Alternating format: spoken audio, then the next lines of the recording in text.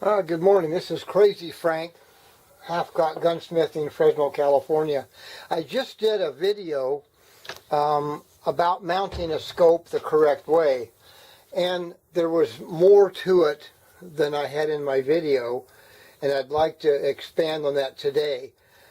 And I'm not talking about the mounting of the scope. What I showed you, which was the correct way, but today we're going to talk about bore sighting and what to do if the scope is not going to line up properly. Sometimes when you mount the scope, you can't bore sight it. It's off to one side, or it's too high, or whatever.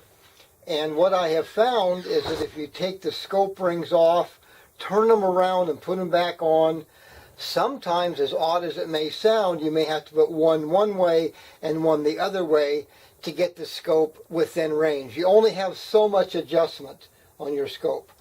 So once you have the scope mounted, I use a BSA bore sighting tool, and I've seen bad reviews, I've seen good reviews, but I think for the money you can't beat it. The kit, which I have right here, comes with mandrels to fit all rifles and pistols. Some pistols do put scopes on them, all the way from 117, which would be a 17 HMR, all the way up to 50 caliber. So it will cover any gun that you're working on. The mandrel itself, it has a brass spring to hold it in the barrel securely.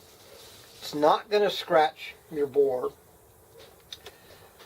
But sometimes, because of the rifling in your barrel, this might be in a rifle and it keeps wanting to jump to one side into that rifling. So you have some adjustment back and forth, and if you'll move it one way or the other, you can usually find a place where it'll stay secure in the area that you need it to be. So you place this in the end of your barrel, and I have this gun secured, and you want it to be straight up and down with your scope. And see, it's wanting to wiggle a little bit. If you get it straight, you look through your scope and there's a grid. And what you do then is you can adjust your scope to zero the crosshairs on the grid, and that will put you'll be on paper. It's not gonna, you cannot zero your scope with any bore sighting tool. You have to actually shoot the gun to do that. But it'll get you on paper. If you just mount a scope and go out shooting, you have not a clue where the bullet is going. And unless you've got a huge target to shoot at, you don't even know which way to begin to move it. So bore sighting will save you so much time and a lot of ammunition. So once you mount this on the end of the barrel, you look through your scope, you make your adjustments. If you find out that you can't get it to go up as far as it needs to go, or down, or to the left, or to the right, change your scope rings. Turn one of them around, turn both of them around. Oftentimes that will bring you back into a working range on your scope. It's a simple thing to do. It's not real expensive. I bought mine on eBay, and I don't even remember what I paid for it, but it was not that expensive. Borrow one.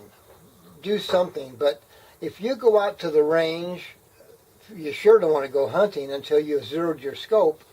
You're going to find out that you're going to be way off. This will get you on paper, and oftentimes it'll get you within 3 inches of the bullseye, and with some minor adjustments you can zero your rifle. So it's a simple thing. It's something that'll save you a lot of time, energy, and ammunition. I wish I could show you the grid that you see in here, but it's a very simple grid. It doesn't matter the size of your scope or anything, it will work.